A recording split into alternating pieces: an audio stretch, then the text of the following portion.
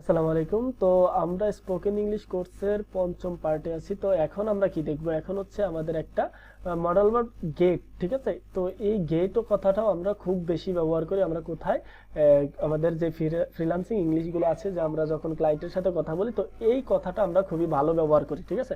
তো প্রথম আছে আমাদের, বললাম তো, আমরা শুধু মডেল ভার্ব এবং অক্সিলারি ভার্ব নিয়ে যতগুলো সেন্টেন্স গঠন করা যায় এই গেট দিয়ে, এইগুলো আমরা দেখতেছি। তো প্রথম হচ্ছে এম দিয়ে, am I getting all the setting access, অর্থাৎ আমি কি আপনার ফুল সেটিং এর অ্যাক্সেসটা পেয়েছি বা পেতে পারি, ঠিক আছে। এরকম একটা প্রশ্ন করা হলে, আপনি যদি কখনো ক্লায়েন্ট যদি আপনাকে কোনো রকম অ্যাক্সেস না দেয়, সবগুলো অ্যাক্সেস না দেয়, তখন আপনি কি করবেন, এই প্রশ্নটা তাকে করতে পারেন যে তুমি আমাকে সবগুলোর অ্যাক্সেস দাও, বা আমি কি তোমার সবগুলোর সেটিং এর অ্যাক্সেস পেতে পারি, ঠিক আছে। তারপর হচ্ছে is, he is getting full payment, he is getting, দেখেন গেটের সাথে আইএনজি যুক্ত করেছি কেন, আমরা জানি এটা হচ্ছে প্রেজেন্ট কন্টিনিউয়াস টেন্স, যার কারণে গেটের সাথে আইএনজি যুক্ত করে আমরা কি করেছি, গেটিং করেছি, ঠিক আছে।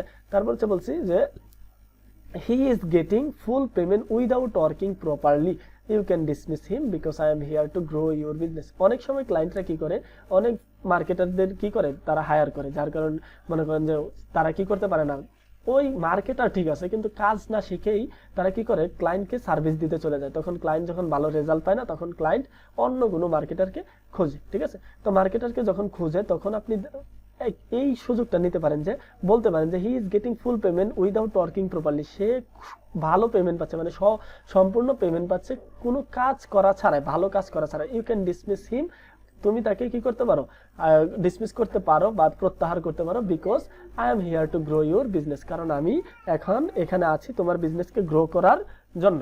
তারপরে হচ্ছে আর, they are getting early from the bed just for your work submission timely. এখন বললাম যে আর কেন, অনেকজন যখন কাজ করবেন আপনাদের টিম ওয়াইজ, তখন আপনি একটা ক্লায়েন্ট বললো যে আমার কাজটা খুবই দ্রুত করে দাও, তো দ্রুত করার জন্য তো আপনাদের কি আছে, একটা টিম আছে। তো টিমটাকে আপনি কি করতেছেন, আপনি টিমটাকে ক্লায়েন্টের কাছে প্রেজেন্ট করতেছেন এবং বললেন যে তারা, অর্থাৎ আমাদের টিমে যে লোকগুলো আছে, তারা কি করছে, বেড থেকে খুবই দ্রুত ঘুম থেকে উঠেছে, বা ঘুম থেকে উঠেছে শুধুমাত্র আপনার কাজটা সাবমিশন করার জন্য, কোথায়, টাইমলি, অর্থাৎ সময় মতো, ঠিক আছে। অর্থাৎ সময় মতো আপনার কাজটা কি করার জন্য, শুধুমাত্র সময় মতো কাজটা সাবমিট করার জন্য সেটা আমাদের যে টিম মেম্বার আছে সবাই কি করেছে, খুব দ্রুত ঘুম থেকে উঠেছে। I was getting full access but suddenly you stop, অর্থাৎ আমি সম্পূর্ণ অ্যাক্সেসটা পেয়েছিলাম প্রথমে, কিন্তু হঠাৎ করে আপনি কি করে ফেললেন, আমার সম্পূর্ণ সেটআপটা বন্ধ করে দিলেন, ঠিক আছে। অর্থাৎ অনেক সময় ক্লায়েন্টরা কি করে, আপনাকে সেটআপ করার জন্য ফুল অ্যাক্সেস দিবে, কিন্তু হঠাৎ যদি কোনো একটা সমস্যা পায়, তারা কি করে দিবে, তারা আপনাকে অফ করে দিবে আপনার এই যে অ্যাক্সেসটা আছে, ঠিক আছে। তারপর হচ্ছে can, I can get more fees if I will work with my USA client, but I refused his work just for you. Now everything is depending on you. How much fees you will give me for this work? অনেক সময় আপনারা কি করবেন, যে ক্লায়েন্টের সাথে আপনাদের ফি নিয়ে, আপনাদের যে সার্ভিস চার্জ আছে সেটা নিয়ে অনেকটা বাকবিতণ্ডাতে পড়তে পারেন, বা অনেক সময় ক্লায়েন্টরা আপনাকে কম দিতে চাইবে, বা অনেক সময় ক্লায়েন্টদের কাছ থেকে আপনি আসলে জানবেন না যে আপনার কত নেওয়া উচিত এই কাজের জন্য, ঠিক আছে। তো এইটার জন্য একটা ট্রিক্স আছে। তো আপনি কি করবেন, যে I can get more fees if I will work with my USA client, আমি অনেক বেশি পেমেন্ট পেতে পারতাম বা সার্ভিস চার্জ পেতে পারতাম যদি আমার ইউএসএ ক্লায়েন্টের সাথে কি করতে পারতাম, কাজ করতে পারতাম। কিন্তু আমি তার কাজটা কি করেছি, শুধুমাত্র তোমার জন্য রিফিউজ করেছি, অর্থাৎ অস্বীকার করেছি। এখন আমি এটা তোমার উপর ছেড়ে দিলাম যে তুমি আমাকে আসলে কত দিবে এই কাজের জন্য, ঠিক আছে। তো এইটা যখন আপনি ক্লায়েন্টকে বলবেন, তো ক্লায়েন্টও দ্বিধায় পড়ে যাবে যে আসলে তাকে কত দেওয়া উচিত। তো ক্লায়েন্ট একটা দাম বলবে, তখন একটু ভালো দামই বলবে, ঠিক আছে।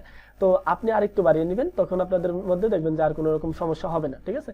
তো এইটা হচ্ছে একটা ট্রিক্স, এই ট্রিক্সটা সবসময় অ্যাপ্লাই করবেন, যে যদি কোনো ক্লায়েন্টের সাথে আপনার ফি নিয়ে সমস্যা হয়। আর ফাইবার, আপওয়ার্কে, এগুলো মূলত বাহিরে হয়, আউটসাইড মার্কেটে। যদি ফাইবার বা আপওয়ার্কে হয়, তখন তো আপনার একটা দাম নির্ধারিত থাকেই, তাই না, আপনার একটা প্যাকেজ থাকে, তো ওই প্যাকেজে আপনাকে কি করে, তারা পারচেস করে। কিন্তু যদি ফাইবারের বাহিরে কাজ করেন, তাহলে এই ট্রিক্সটা কাজে লাগাতে পারেন, ঠিক আছে।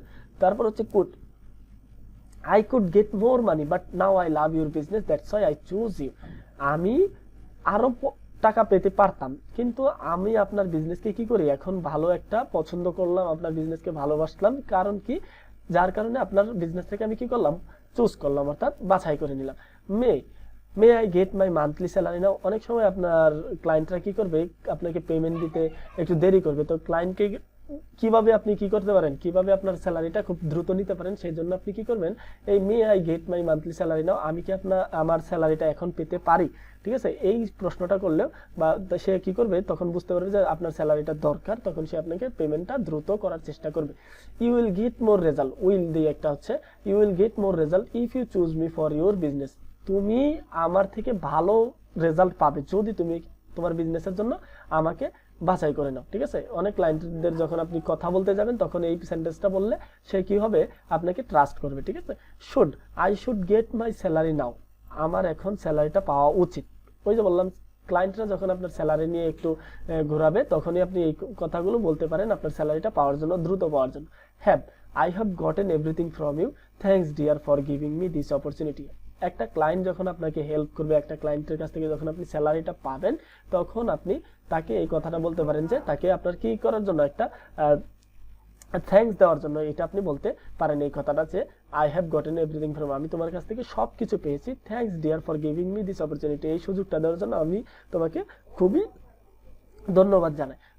I must get you if he doesn't offer you for him, আমি তোমাকে পেয়েই যেতাম যদি তোমাকে অন্যজন তোমাকে অফারটা না করতো। অনেক সময় আপনি যেই ক্লায়েন্টকে অফার করবেন অন্যজনে আপনার ক্লায়েন্টকে অফার করবে, ঠিক আছে। তো আপনি একজন ক্লায়েন্টকে অফার করলেন যে $10, কিন্তু আরেকজন করলো $5, তো অবশ্যই কাজের জন্য অবশ্যই সে আপনাকে হায়ার করবে না, তাই না। তো সে তাকেই হায়ার করবে, যেখানে ক্লায়েন্টরা কম পাবে সেখানেই ক্লায়েন্ট যাবে, ঠিক আছে। আচ্ছা, তারপর হচ্ছে ভ্যালিড। ভ্যালিড কথাটা আপনার অনেক জায়গায় কাজে লাগবে। কেন, অনেক ক্লায়েন্টরা আছে যারা ফেক, ঠিক আছে, অনেক ক্লায়েন্টরা আছে যারা ফেক ইনফরমেশন দিয়ে আপনাদেরকে কাজ করাতে চাই। তো আপনি তাকে জিজ্ঞেস করে নেবেন যে আপনার ইনফরমেশন গুলো কি ভ্যালিড নাকি, your business information is valid so I can work for you. যদি তার বিজনেস ইনফরমেশন গুলো ভ্যালিড থাকে বা বৈধ থাকে, তখনই আপনি এই কথাটা বলবেন যে your business information is valid so I can work for you, আপনার বিজনেস ইনফরমেশন গুলো বৈধ বা আপনার বিজনেসে যে ইনফরমেশন গুলো আমাকে দিয়েছেন সেগুলো বৈধ, তাই আমি আপনার জন্য এখন কাজ করব। যদি বৈধ না থাকে কাজ করার দরকার নেই, ঠিক আছে। ইউ আর প্রোভাইডেড, আর দিয়ে, এখন বৈধ ভ্যালিডটা যদি আমরা বলি, এখন আর দিয়ে, you are provided valid information for me, thanks for this, তুমি আমাকে যে ইনফরমেশন গুলো প্রোভাইড করেছিলে সেগুলো সবই ভ্যালিড এবং এটার জন্য আমি তোমাকে ধন্যবাদ জানাই। তারপর হচ্ছে ক্যান দিয়ে, ঠিক আছে, can you give me valid information please, অর্থাৎ কোনো ক্লায়েন্ট যদি আপনাকে ভ্যালিড ইনফরমেশন না দেয় তখন আপনি কিভাবে তাকে আস্ক করবেন, অর্থাৎ প্রশ্ন করবেন। তখন আপনি তাকে এই প্রশ্নটা করতে পারেন যে can you give me valid information please, তুমি কি আমাকে ভ্যালিড ইনফরমেশন, বৈধ ইনফরমেশন গুলো দিতে পারো। He may give me the valid information but he provide me invalid information, সে আমাকে ভ্যালিড ইনফরমেশন গুলো দিতে পারতো কিন্তু সে কি করেছে, আমাকে ইনভ্যালিড ইনফরমেশন গুলো দিয়েছে, তাই আমি তার জন্য কাজ করব না, ঠিক আছে। So I can't work for him, এটা বলে দিবে। ওকে, তো মে অর্থ হচ্ছে দিতে পারতো, দেয়নি, দিতে পারতো, ঠিক আছে। তো he may give me the valid information but he provide me invalid information, ঠিক আছে। সে আমাকে কি করতে পারতো, ভ্যালিড ইনফরমেশন গুলো চাইলে দিতে পারতো, কিন্তু সে কি করেছে, আমাকে ইনভ্যালিড ইনফরমেশন গুলো দিয়েছে।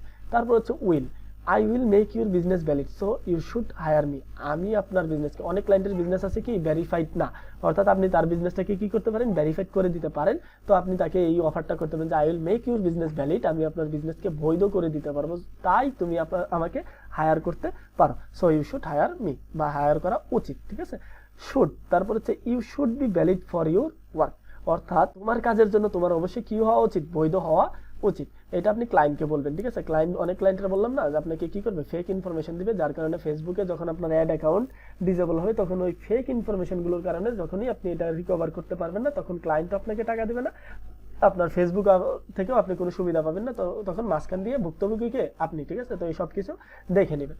তারপর হচ্ছে I must be valid for you, trust me, অর্থাৎ এখন আপনার কথা, আপনিও অবশ্যই, অর্থাৎ তার কাছে কাজ করে, তার সাথে কাজ করে যে তার কোনো ইনফরমেশন যে আপনি চুরি করবেন না বা তার সাথে আপনি 2 নাম্বারই করবেন না, সেটার কোনো গ্যারান্টি আছে, নেই, ঠিক আছে। তো এই কথাটা হচ্ছে আপনার জন্য, আপনি ক্লায়েন্টকে ট্রাস্ট করাবেন যে আপনিও ভ্যালিড একজন লোক, ঠিক আছে। তো I must be valid for you, trust me, তো আমিও তোমার জন্য বৈধভাবে কাজ করব, তুমিও আমাকে কি করতে পারো, ট্রাস্ট করতে পারো বা আমাকে বিশ্বাস করতে পারো, ঠিক আছে। তো পরবর্তী পার্টে আমরা দেখবো যে চার্জ, অর্থাৎ আমরা দাম দর নিয়ে, অর্থাৎ আমাদের যেই চার্জটা নিব এই চার্জ কিভাবে করা হয় বা আমরা ক্লায়েন্টকে কিভাবে অফার করব, আমরা কোন কাজের জন্য কত টাকা নিব, তারপর হচ্ছে ম্যানেজ, ঠিক আছে। এই কয়েকটা জিনিস আমরা পরবর্তী পার্টে ইনশাআল্লাহ দেখব।